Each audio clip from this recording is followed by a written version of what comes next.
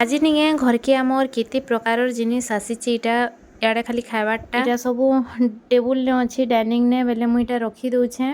इटा गुलाब जामुन गोटे डबा ने इटा रखी देली न आउ याडे इटा धला मिठा इटा जरी मांगू थिला तो सबू खाली कोई दउछे।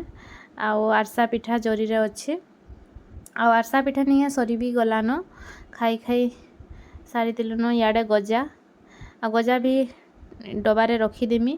आईटा नहीं पितृपक्ष चली तो बापा की इटा डाकी थी दुई तीन टा घरे बेले खाइली आईटा आनिकी आईसली।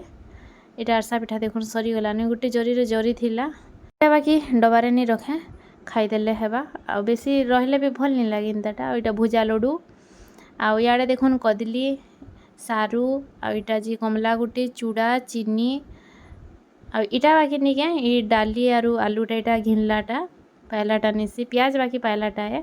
आ याडे देखुन इटा सेव जरी अच्छी इटा की भी रखीदेमी डाला रे टेबुल यहाँ इटा सबू खाली करुछे।